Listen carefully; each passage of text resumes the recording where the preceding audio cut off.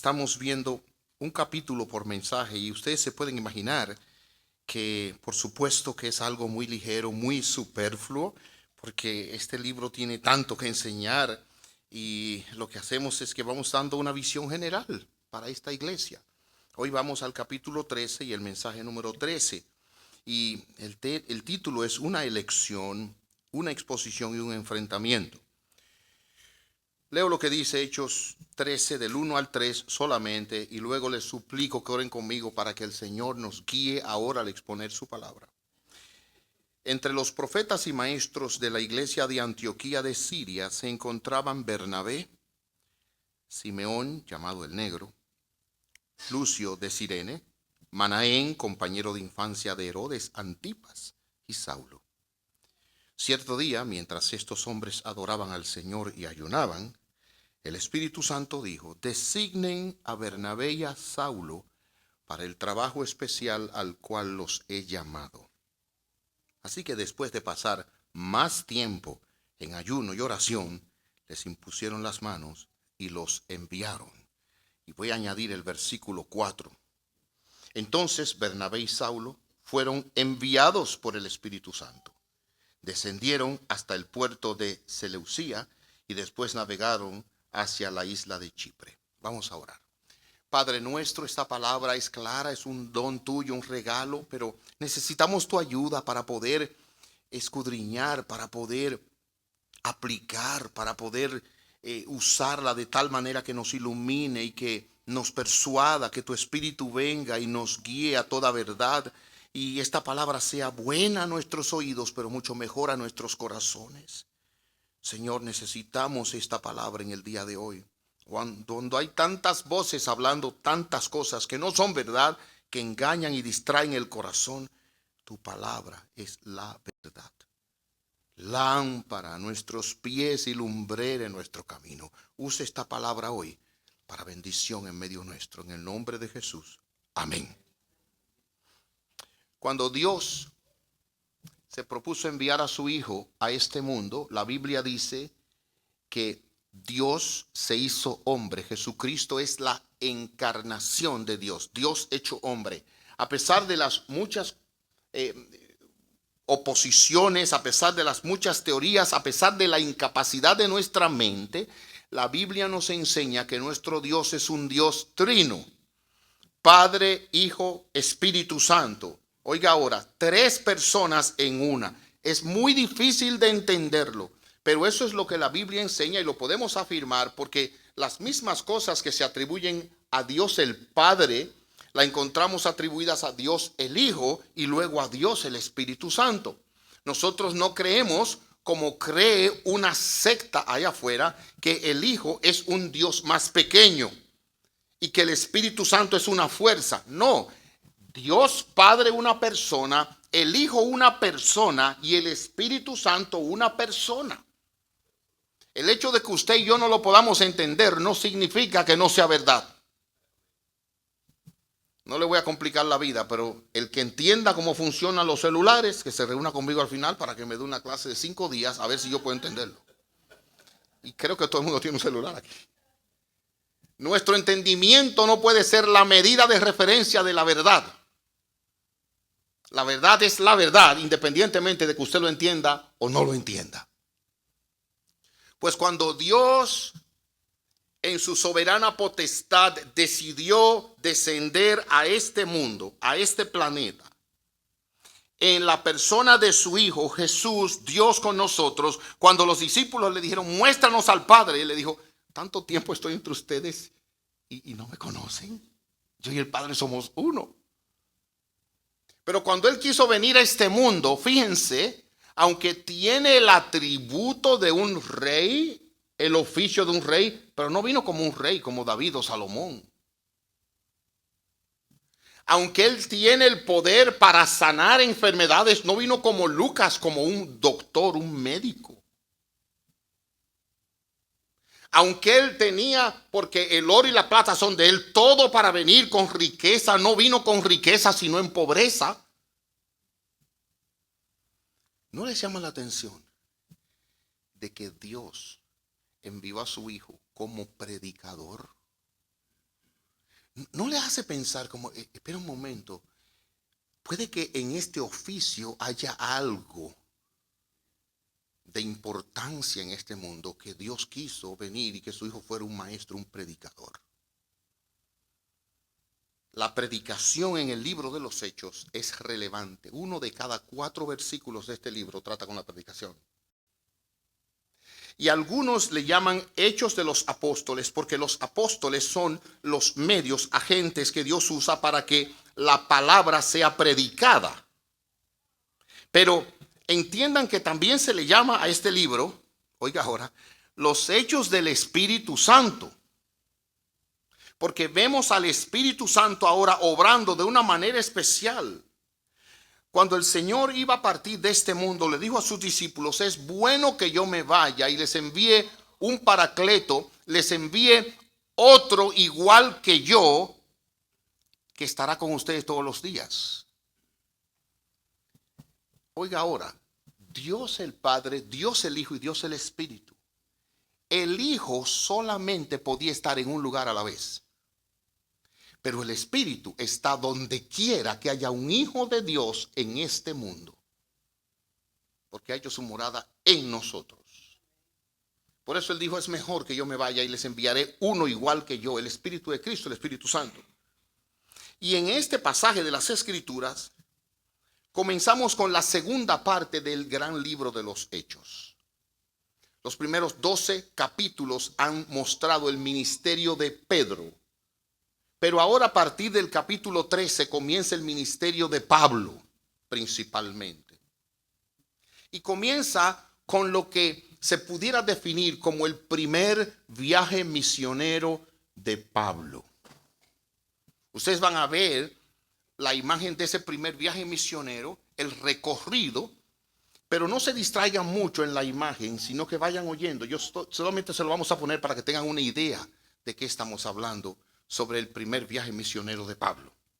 No se distraigan mucho, vayan siguiendo, pero van a ver cómo comienza este viaje y lo que comienza a suceder. Y antes de entrar específicamente en esto, llamo la atención a la iglesia donde ocurre esto. Dice el texto aquí, entre los profetas y maestros de la iglesia de Antioquía. Antioquía la vimos en el capítulo 11.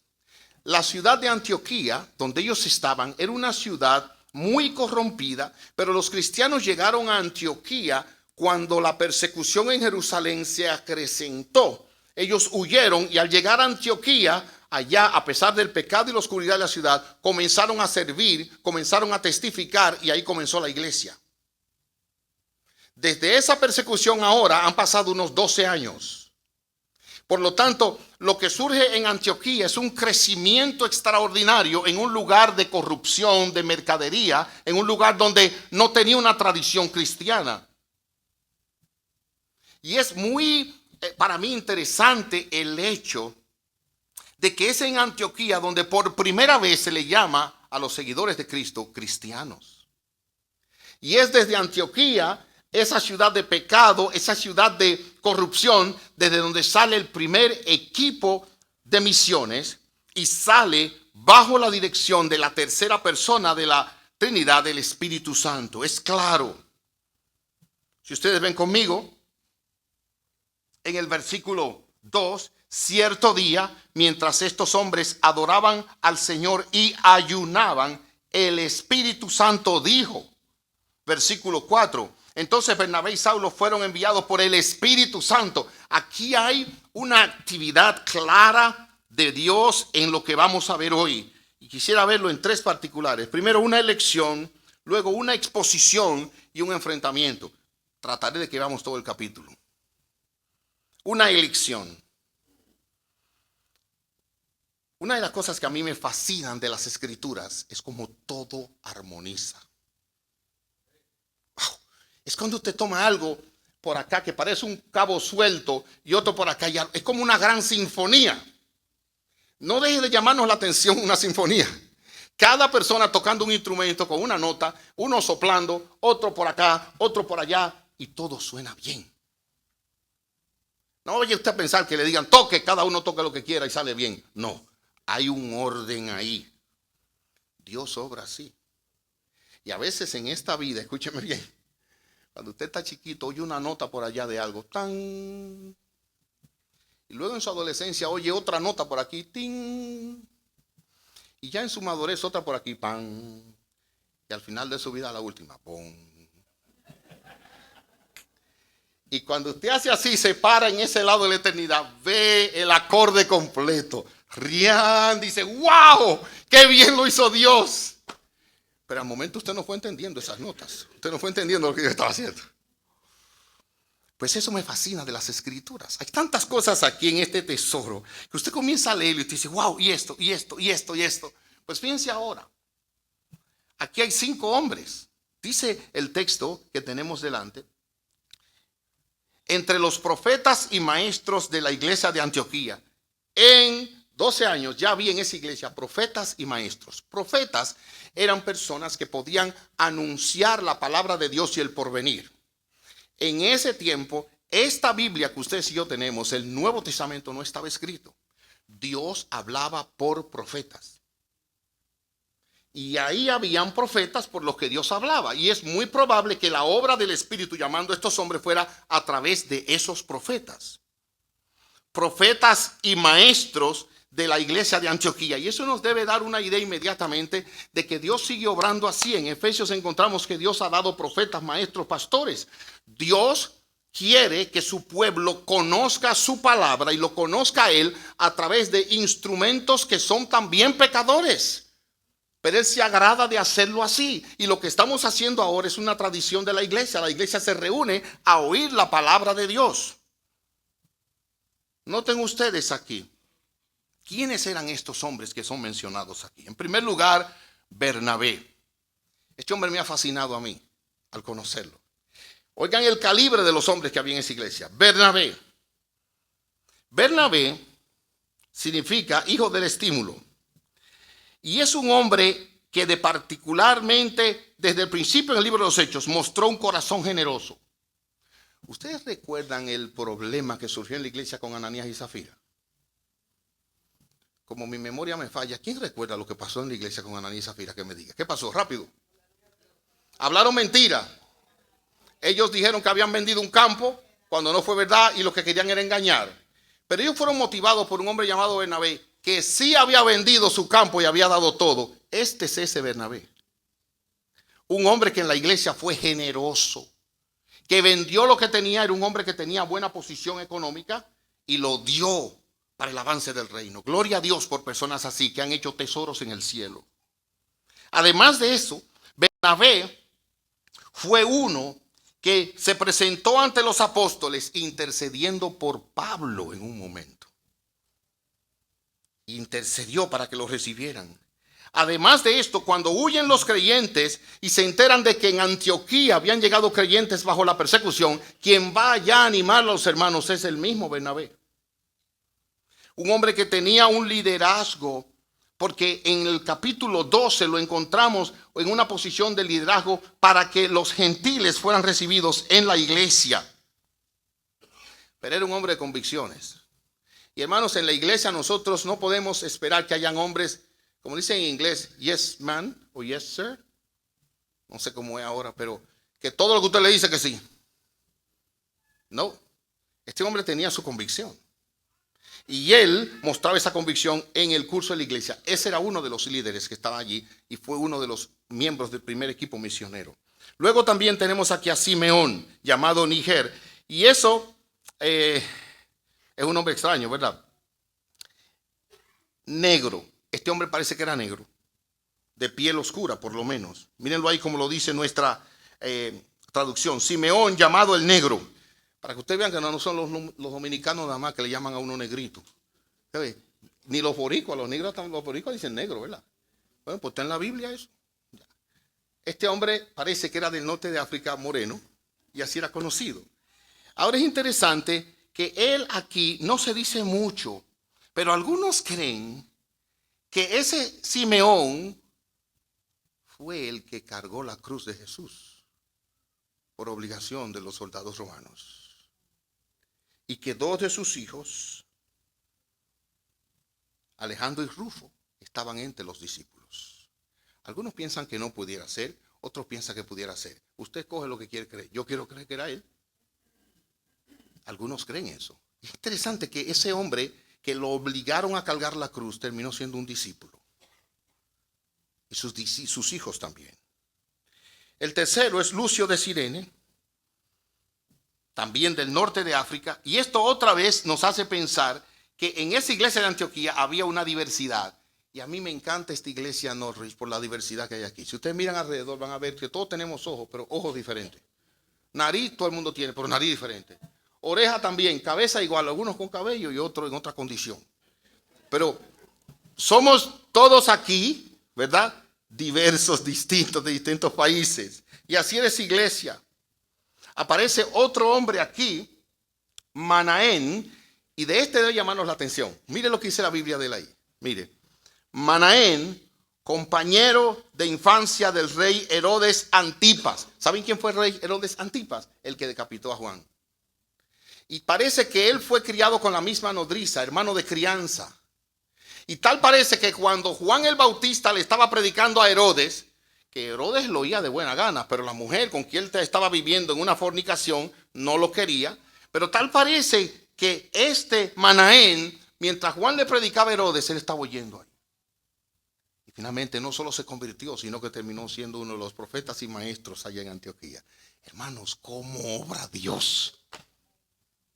¿Cómo obra Dios? ¿Qué hombres habían en esta iglesia? Y luego se nos menciona finalmente a Saulo, de quien ustedes han oído y seguirán oyendo en el curso de esta serie.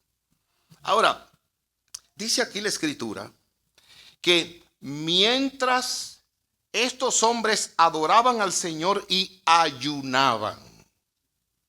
El adorar a Dios, yo creo que todos nosotros somos fáciles, pero cuando usted le dicen ayuno, ya usted comienza a pensar, me baja el azúcar, me duele la cabeza, yo siempre tengo la costumbre de comer a tal hora. ¿Por qué pusieron esa nota aquí? Y 2 veces se dice. ¿Por qué? Bueno, hermanos, no hay que hablar mucho sobre el particular, pero ustedes saben que comer da gusto. Es una atracción. Hay hombres aquí que han sido ganados por la comida, como el pez, y mantenidos por la comida también. Sin embargo, aquí estos hombres estaban ayunando, porque miren cuál es la idea. Hay a veces una necesidad de centrarnos en Dios, que queremos quitar toda distracción de delante de nosotros. Y es verdad que comer distrae. Y no solamente distrae, sino que después que usted come bien, ¿qué pasa? Le da sueño, porque toda la sangre se va allí y el cerebro se apaga un poquito, para que toda la sangre esté ahí. De manera que ellos dijeron, ninguna cosa nos va a distraer de buscar a Dios en este momento. Y ellos estaban adorando a Dios y ayunando. Y en ese contexto el Espíritu Santo escogió a estos 2 hombres. Y hermanos, aquí debemos entender algo. Dios sigue obrando y Dios sigue escogiendo hombres. La iglesia lo que tiene que asegurarse es de que los hombres que están ahí sean hombres escogidos y puestos por Dios. ¿Y cómo, pastor? Bueno, ellos no tenían el Nuevo Testamento, pero nosotros tenemos el Nuevo Testamento. 1 Timoteo 3, Tito 1, donde dice cuáles son las cualidades de un hombre para el ministerio. Y es como cuando usted va al aeropuerto a esperar un pasajero que usted no conoce, pero le dan una foto. Y usted comienza a mirar y dice, este tiene que ser. Bueno, pues así miramos 1 Timoteo 3, Tito 1 y decimos, estas son las cualidades de un pastor. Y va mirando y si este hombre llena esas cualidades, entonces es un don de Dios dado por su espíritu a la iglesia. Ahora el problema es cuando lo ve uno solo y ese es pariente del mismo hombre, hay problema. Tiene que verlo la iglesia. El Espíritu Santo dijo, estos son los hombres. Y dice el texto que así entonces oraron y les impusieron las manos. Ellos dijeron, estamos con ustedes, y los enviaron. Aquí hay entonces una elección y he querido tomarme el tiempo, iglesia, para que entiendan una cosa. Nosotros estamos comenzando como iglesia, somos una iglesia de 3 años nada más. Pero entiendan, los hombres que yo espero que Dios mande aquí y sean elegidos para servir, deben ser hombres de integridad, deben ser hombres que el Espíritu Santo ha dado. Y esos hombres son los hombres que Dios va a usar. Ahora, el punto aquí está, en que el Espíritu Santo los estaba escogiendo para sacarlos de esa iglesia. Lo que implica que yo espero también que en esta iglesia se formen hombres y líderes que nosotros podamos enviar a otros lugares. Y que Dios saque de todos estos niños, aunque quizás ya yo no esté por aquí porque me habré mudado, misioneros. Y que esta iglesia, si Cristo no ha venido, envíe misioneros y enviemos pastores. Hermanos, tenemos que pensar en eso y rogarle a Dios que nos conceda esa gracia. Y eso es un sacrificio, desprenderse de alguien útil en la iglesia. Porque le voy a ser honesto como pastor. Me tuve que beber un trago para lo que voy a decir. No me llame al otro. Hay gente en la iglesia, hermanos, que cuando le dicen al pastor, pastor, estamos pensando congregarnos en otro sitio, el pastor dentro de él dice, aleluya, qué bueno. ¿Cuándo se van? Estamos pensando en un mes. No, pero mire, pueden salir la semana que viene también para no dilatarle. Pero no, hay otros que no. Hay otros que cuando le dicen que van a salir, usted llora, porque son útiles en la iglesia. Bernabé y Saulo. Pero hermanos, cuando el Espíritu Santo llama, la iglesia se somete. Y la iglesia con una visión global, hermanos, apoya el ministerio. Voy a decir algo ahora, que si lo quieren tomar mal, allá ustedes. Pero oigan bien, hay unos Juegos Olímpicos. Yo vi la inauguración y me fascinó, excepto por dos escenas fatales que hubo ahí. Groseras, indecentes, impúdicas y todo lo que usted le quiera meter. Yo decía, oh Señor, pero ¿saben qué me consuela? Ahí en Francia hay una iglesia vibrante donde hay hermanos que conozco fieles predicando el evangelio. Esperemos que Dios use su iglesia como una luz en ese lugar. Eso es lo que anhelamos ver, el evangelio extendido. Hermanos, tengo una mala y una buena noticia. ¿Cuál quieren primero? No, tú no, Ingrid, porque siempre quieres la mala. ¿Cuál quieren primero? La mala. Tú estás con ella. La mala. Hermanos, son las 11:54 y acabo de terminar el primer punto de 3 sin las aplicaciones. Malísima noticia. Yo quisiera terminar los otros dos, si ustedes me lo permiten, ¿verdad? Amén. ¿Qué tenemos de comida hoy? Mucha. Entonces esperen como buenos cristianos con esperanza. Después de ver una elección en el pasaje, veamos ahora una exhortación. Si ustedes y yo leemos, saliendo ellos de allí, ahora sí pueden ir viendo el viaje, miren, descendieron hasta el puerto de Seleucía. Pueden ver dónde está ahí Antioquía, ¿ven? Donde salen en el punto aquí y comienzan y bajan desde allí, dice, hasta Seleucía, y después navegaron a la isla de Chipre. Allí, en la ciudad de Salamina, fueron a las sinagogas judías, tomen nota de eso, y predicaron la palabra de Dios, y eso me llena el alma. Fueron a las sinagogas judías y mandaron a buscar a todos los enfermos de la ciudad en silla de ruedas. Traigan sus enfermos, que lo vamos a sanar. No dice eso la escritura. Y yo no estoy en contra de sanar enfermos. Ojalá yo tener el don de sanidad. Pero eso no es lo que dice. Tampoco fue un circo. Tampoco fue a un espectáculo que apelara a la carne. Dice allí, y predicaron la palabra de Dios. Y hermanos, eso es lo que ustedes tienen que orar, que cada domingo aquí se predique la palabra de Dios. Lo que yo sueñe o no sueñe es totalmente irrelevante, porque los sueños son locos. Hermanos, un hombre sueña que lo está persiguiendo una bestia y corre, y corre, y corre, y corre, y corre, y corre, y corre. Y cuando llega ya se voltea la suegra. Los sueños son locos. Alguna. Bueno, la mía no, mi suegra es una maravilla. Esa mujer es lo último. Esa mujer, una bendición, mi suegra. Los sueños son locos. Usted come pesado y comienza a soñar tonterías. Usted no se da cuenta de eso. Entonces, ¿cómo usted puede vivir por sueños?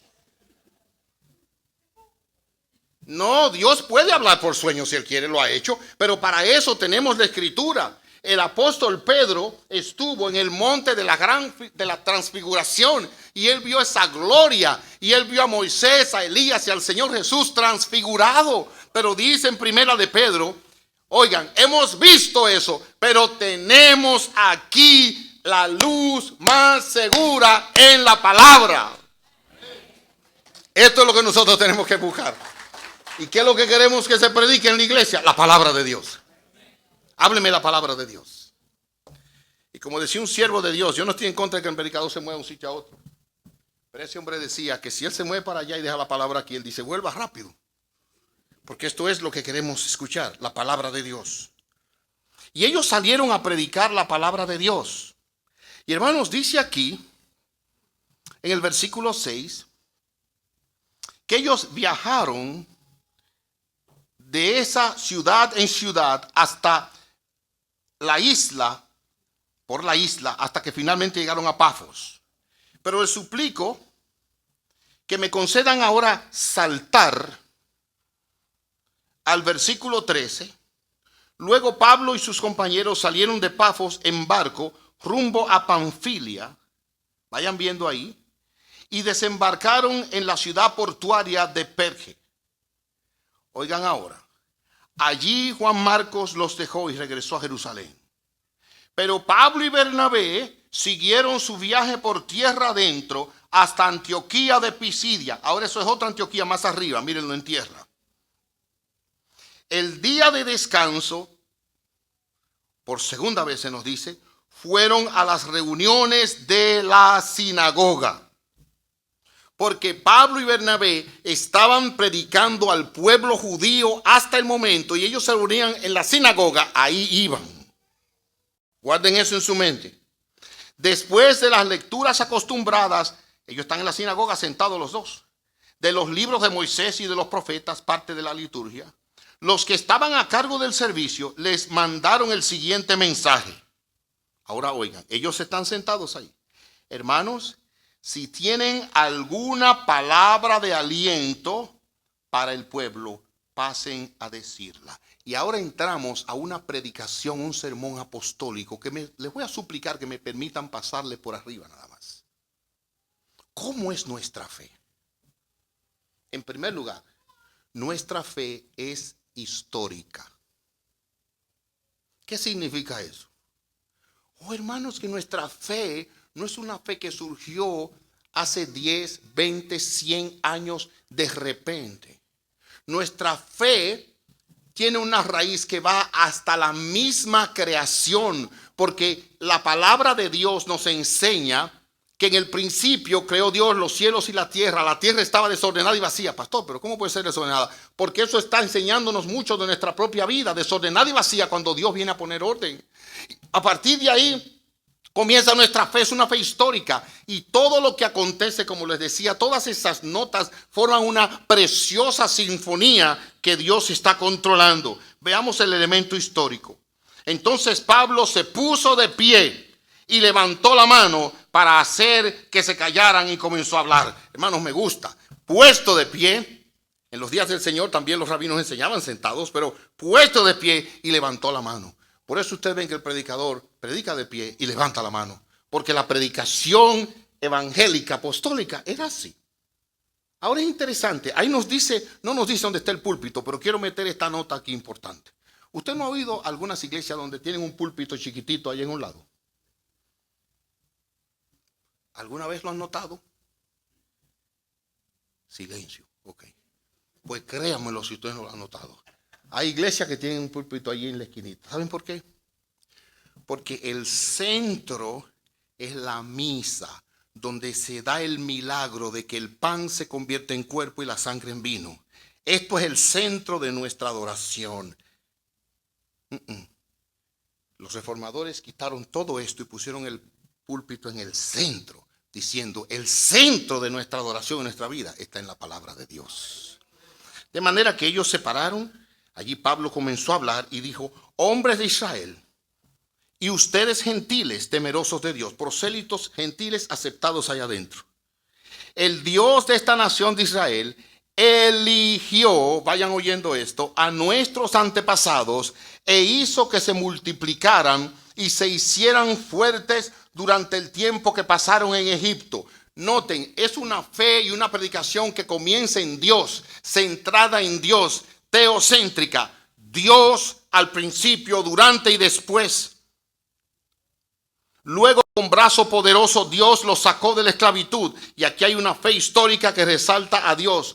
Dios tuvo que soportarlos durante los 40 años que anduvieron vagando por el desierto. Luego Dios destruyó a 7 naciones en Canaán. Le dio su tierra a Israel como herencia. Todo eso llevó cerca de 450 años. Pablo, que había sido educado en el judaísmo, que era un hombre entendido, bien preparado, habla con propiedad de nuestra fe histórica. Luego Dios le dio jueces hasta los días del profeta Samuel. El pueblo suplicó por un rey. Dios le dio a Saúl.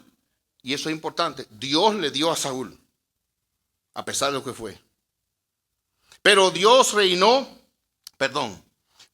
quitó a Saúl y lo reemplazó con David, un hombre de quien Dios dijo: he encontrado en David, hijo de Isaí, un hombre conforme a mi propio corazón. Y luego es precisamente uno de los descendientes de David, Jesús. Miren cómo él fue trayendo desde Dios que creó, a través de la manera en que él gobernó, hasta Jesús. Y otra cosa, como decía Spurgeon, la predicación que no incluye a Cristo no es predicación. Siempre tenemos que anunciar a Jesucristo y la esperanza que tenemos en Él. Y habla de Jesucristo no reconocido como tal. Lo condenaron y no encontraron razón para ejecutarlo, pero como quiera pidieron a Pilato que lo matara. Se llevaron ellos ahí llevaron a cabo las profecías sobre Jesús. Lo pusieron en una tumba. Predican a Cristo como aquel que fue juzgado injustamente, como aquel que es Dios entre nosotros, que murió, y ahora dice, pero Dios lo levantó de entre los muertos. Hermanos, la predicación debe incluir una nota de esperanza. Este es un mundo que está sujeto a mucho mal, y cada vez que usted venga a la casa de Dios, debe oír de su pecado, debe ser confrontado, pero al mismo tiempo debe ser lleno de esperanza de que ese pecado tiene perdón y que la sangre de Jesucristo lo limpia de todo mal, y que el día en que muramos vamos a la bendita presencia de Dios. La iglesia tiene que tener ambas cosas. Por un lado la confrontación, pero por otro lado la esperanza y el perdón. Y de esa manera ellos predican a Cristo. Y oigan ahora en el versículo 38. Hermanos, escuchen. Estamos aquí para proclamar que por medio de este hombre Jesús, ustedes tienen el perdón de sus pecados. He aquí entonces que la predicación debe incluir una presentación de Jesucristo y el perdón que hay en él. Oigan ahora, por favor. Una doctrina clave de la fe cristiana es esta. Escuchen el versículo 39. Todo el que cree en él es declarado justo ante Dios. ¿Saben lo que eso significa? Desde que usted comenzó a hablar, comenzó a pecar. Lamentablemente. Los niños le enseñamos a ser obedientes y salen mentirosos. Le enseñamos a tener dominio propio y exhiben falta de dominio propio. ¿De dónde viene eso? Bueno, del pecado que ellos han heredado de nosotros mismos, esa inclinación a su pecado.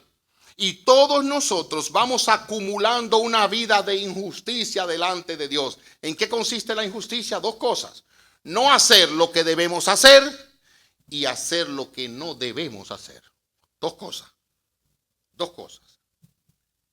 No hacer lo que debemos hacer. ¿Cuál es la meta? Cumplir la ley de Dios perfectamente. Eso significa nunca haber hablado mentira. Eso significa haber siempre hablado la verdad. Eso significa haber ayudado al prójimo positivamente. Eso significa haber administrado nuestros recursos apropiadamente. Eso significa haber adorado a Dios todos los días del Señor que Él manda. Nadie puede cumplir la ley perfectamente. Solo uno la cumplió, Jesucristo. y los que creen en Él son revestidos de la justicia que viene por la fe.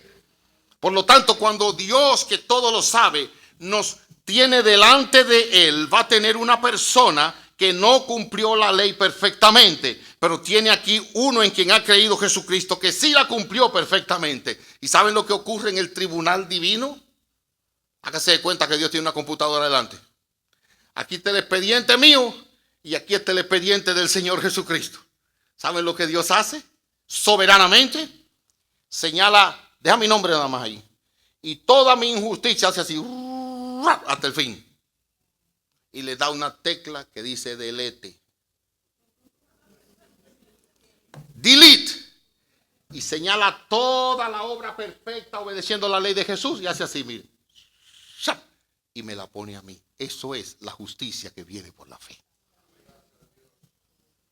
Pero dice además el perdón, lo que significa que todo lo malo que yo hice tiene que pagar su consecuencia. ¿Saben lo que él hace? Aquí está otra vez más abajo de eso. Todo lo malo que yo he hecho. Y al final, condenación. Dios hace así, mire. Lo señala y le da delete. Y coge la muerte de Jesucristo en la cruz y todo su sufrimiento y castigo y me lo pone abajo. Pecado, pero todo fue pagado en la cruz del Calvario porque la sangre de su Hijo lo limpia de toda maldad y ya no tiene nada de qué quejarse ni condenación para los que están en Él. ¿Ves qué maravilla? Ahora, después que Él terminó de hacer eso, aquí nosotros nos encontramos que Él predica a Jesucristo. Todo el que cree en Él es declarado justo ante Dios. La ley de Moisés nunca pudo hacer eso. Y ahora dice, no dejen que las palabras de los profetas se apliquen a ustedes. Y ahí trae juicio sobre ellos. Y después que dice eso, Pablo termina predicando y dice específicamente, versículo 48, escuchen por favor. Esto es la Biblia que voy a leer. Cuando los gentiles oyeron esto, se alegraron y le dieron las gracias al Señor por su mensaje. Y ahora oye, y todos los que fueron elegidos para la vida eterna se convirtieron en creyentes. ¿Por qué algunos creen y otros no creen? En primer lugar, todos somos pecadores. Pero ¿qué es lo que ocurre? Es Dios el que elige a unos y a otros los deja en la justa condenación. Pastor, entonces Dios es injusto. Dice Pablo, ¿quién eres tú para que alterques con Dios? Yo no puedo entender la mente de Dios. Pero todos nosotros sabemos que en una misma familia hay uno que cree y quizás otro que no cree. ¿Por qué? Dios, a Él sea la gloria, escogió a uno y a otro lo dejó ahí. Creen lo que Dios elige para salvación. No voy a dedicar mucho tiempo, pero si ustedes reúnen entre todos y quieren que yo predique de eso, pónganse de acuerdo, me lo dicen y yo con gusto les predico una serie de 10 sermones sobre la elección soberana de Dios. Ustedes deciden. Después de esto encontramos finalmente una confrontación y eso nos lleva, hermanos queridos, a la última parte. Un enfrentamiento. Óigame ahora, en este mundo de pecado, oiga, todo tiene un lado que puede ser inconveniente, que puede ser de problema, que puede ser de oposición o de enfrentamiento. En la Escritura pasa igual. Pablo llegó a predicar, y si ustedes ven al principio del capítulo, iban de ciudad en ciudad, y cuando llegaron allá, a Pafos, conocieron a un hechicero, estoy en el versículo 6, a un hechicero judío, un falso profeta llamado Bar Jesús. Es interesante que el nombre sea Bar Jesús. El tal se había pegado al gobernador Sergio Paulo. En otras palabras, un político, este religioso se acercó al político, quien era un hombre inteligente.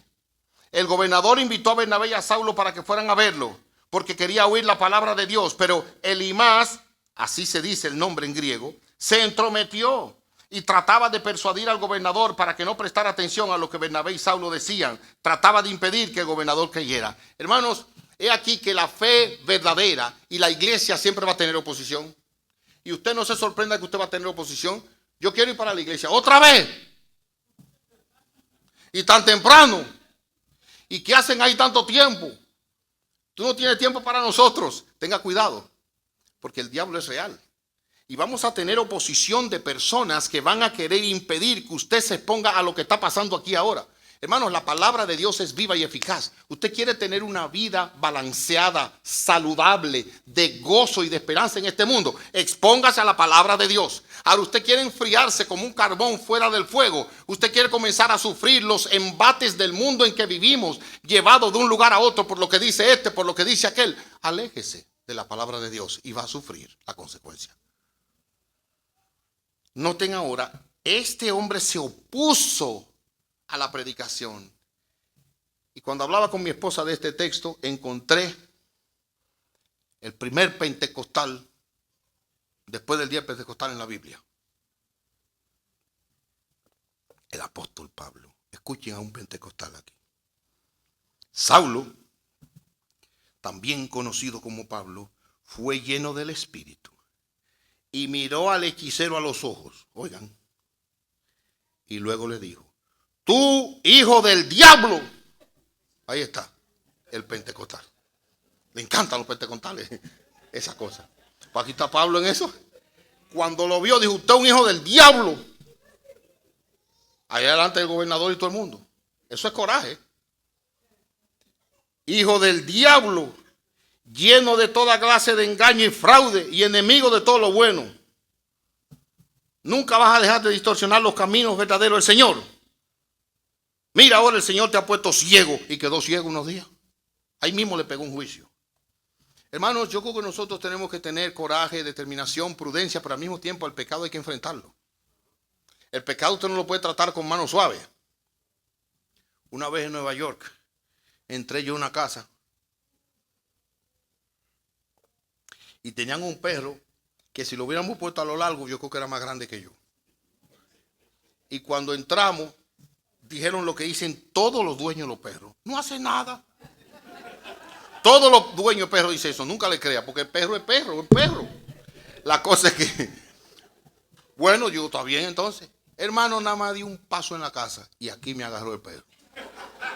Ahí mismo, fielmente. Entonces déjenme contarles, hermanos queridos, que en la iglesia se meten perros. Hay gente que viene a la iglesia por motivos muy carnales y mundanos. Sí, están dentro de la iglesia, lo que están buscando es cómo casarse o cómo zafarse.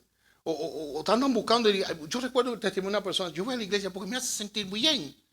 Y yo me notaba que lo bien que se hacía sentir, que se dormía. Era tanta paz que sentía. Entonces, miren, hermanos, ¿a qué venimos aquí? Aquí venimos a adorar a Dios. Aquí venimos a oír la palabra de Dios. Aquí venimos a ser instruidos en la palabra de Dios. A que Dios nos diga en qué tenemos que cambiar. ¿Qué camino yo tengo que corregir? ¿Cómo tengo que arreglar mi vida personal? ¿Qué pensamientos tengo que abandonar? ¿Qué palabras tengo que dejar y qué palabras tengo que incluir? ¿Cómo debo manejar mi relación con mi esposa, con mi esposo, con mis hijos, en el trabajo? Todo esto porque esta escritura es inspirada por Dios y es útil para que el hombre de Dios sea enteramente preparado para toda buena obra. Entonces, a eso es que venimos aquí. Imagínense que usted vaya a un doctor con un dolor y cuando llega a la casa le pregunta a su esposa: ¿cómo te fue en el médico? De maravilla. ¿Por qué? No le dije que yo tenía dolor. Le dije que yo estaba bien, que yo fui ahí para hablar con él, para saludarlo, porque me gusta hablar con ese doctor. Oye, qué estúpido. Qué estúpido, ¿verdad? Hermanos, eso es frustrante. Le voy a decir un secreto entre nosotros aquí. Ustedes saben que yo practicaba taekwondo y yo me metí en esta competencia de taekwondo. Y mire que yo soy claro con ustedes. Yo fui a tirar una patada así y el hombre se me volteó así y no subió mucho esa patada y me dio ahí. Rompió el protector.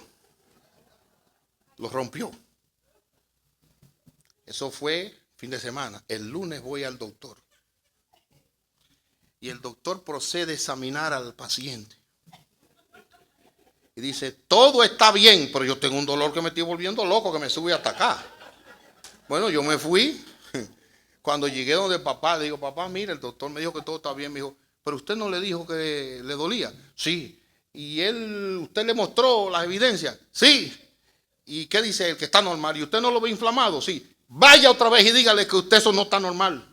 Que usted tiene dolor. Y así mismo fue. Y el doctor entonces me dio una receta. Entonces, cuando usted viene aquí a la casa de Dios, nosotros todos estamos enfermos por el pecado. Todos nosotros cojeamos de alguna pata. Y Dios lo trae aquí y la palabra viene para usted. Y usted oye algo y te dice, oye, ¿cómo ese hombre está hablando de mí? Porque Dios te está hablando a ti. Y ahora yo te digo, si tú en alguna manera te opones a la predicación de la palabra de Dios, eres un hijo del diablo y tienes que arrepentirte de tu pecado y pedirle a Dios que tenga misericordia de ti. Ahora, mientras haya tiempo. El tiempo no me permite seguir mucho. Pero saben que la Biblia nos dice que después que Pablo y Bernabé predicaron, dice aquí que los judíos tuvieron envidia. Escuche. Esta clase de predicadores, versículo 44. A la semana siguiente, casi toda la ciudad fue a oírlos predicar la palabra del Señor. Y hermanos que están aquí, que están preparándose, que están estudiando para el ministerio, escuchen algo, por favor. Prediquen la palabra, porque la palabra de Dios es la que prospera y la gente viene a oír. Dice aquí, cuando algunos judíos vieron las multitudes, tuvieron envidia. Así que calumniaban a Pablo y debatían contra todo lo que él decía.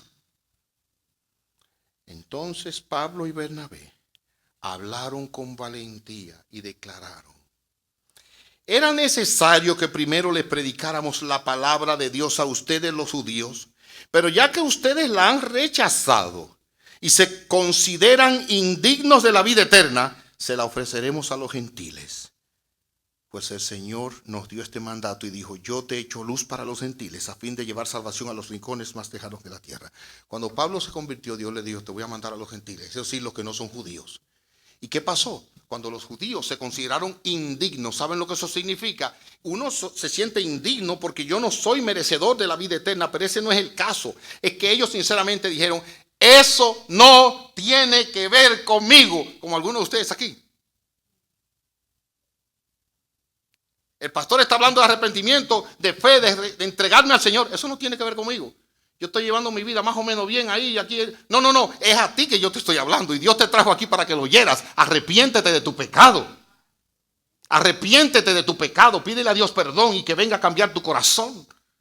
Porque la cosa es esta. Cuando ellos dijeron: eso no tiene que ver conmigo, Pablo dijo: está bien, vamos a ir donde los gentiles. Y los gentiles los recibieron con los brazos abiertos. Si tú menosprecias a Dios, llegará el momento en que Dios te va a dejar en tu corazón. Y eso es lo que dice Romanos. Como ellos no tuvieron en cuenta a Dios, Dios los entregó a sus pasiones desordenadas. Hombres con hombres, mujeres con mujeres. Ustedes no quieren oírme, sigan en su pecado, los voy a dejar. Eso es lo que hace Dios. Y mire, dura cosa es estar despreciado por Dios. Porque no siempre habrá oportunidad de arrepentimiento. No siempre. La vida es corta. De aquí yo voy a un funeral de un buen amigo que vivió para Cristo. 50 y algo de años, un cáncer de páncreas, pasó al hígado y hoy pereció. Ese partió con su Salvador. Pero no sabemos cuándo nos va a tocar. La vida es como la niebla, como la flor. Pasó el viento por ella y su lugar no la conoce jamás. No te estoy metiendo miedo, te estoy diciendo la verdad. Por lo tanto, arrepiéntete ahí, porque es para ti este mensaje. Arrepiéntete ahí. No seas necio ni necia. Arrepiéntete ahí. Y entrégale toda tu vida a Cristo. Y comienza a vivir para anunciar que hay Dios. Y que esa sea la prioridad de tu vida. Buscad a Jehová mientras pueda ser hallado. Porque vendrá el día en que no podrá ser hallado. Llamadlo en tanto que está cercano. Deje el impío su camino. Deje el hombre inicuo sus pensamientos y conviértase a Dios. Oiga ahora, el cual es amplio en perdonar. Ahora hay perdón, ahora hay esperanza, pero llegará el día en que no hay. Y que Dios te ayude a vivir para Él. No hay nada mejor que servir a Cristo, hermanos. Nada, nada, nada, nada, nada, nada. Nada en esta vida mejor, nada. El doctor Martin Lloyd Jones nació el 20 de diciembre de 1899 en Gales. Se graduó de medicina. Y sintió siendo médico, oiga bien, era un hombre prominente. Trabajó prominentemente como médico real. Y en 2 años después de lucha ya como médico dijo, dejo la medicina y me entrego a predicar el evangelio de Jesucristo. Y hubiera sido gran médico. Y hubiera sanado a muchas personas que tarde o temprano, de una manera u otra, se iban a morir.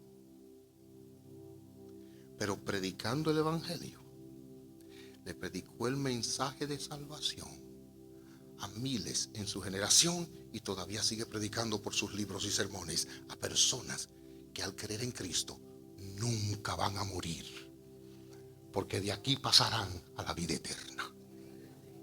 ¿No te gustaría ser parte de ese equipo misionero? Ahí donde estás, Señor, usa mi vida. Señor, ayúdame a aprovechar esta vida. Porque cualquier cosa que yo haga se quede en este mundo. Pero el que siembra para la vida eterna, es bendecido aquí y es bendecido allá. Si tú no has creído, no dilates, hoy ríndete. Señor, perdóname mis pecados, dame salvación y vida eterna. Yo me entrego a ti, Señor, yo me entrego a ti. Padre Celestial, tu palabra es la verdad, y con gran debilidad y con urgencia ha sido presentada.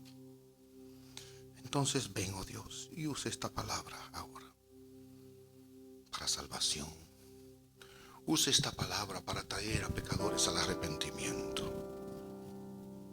Use esta palabra, oh Dios, para que hoy sea el día en que crean muchos aquí y otros tomen su vida para dedicarla a ti. En el nombre de Jesús te lo suplicamos.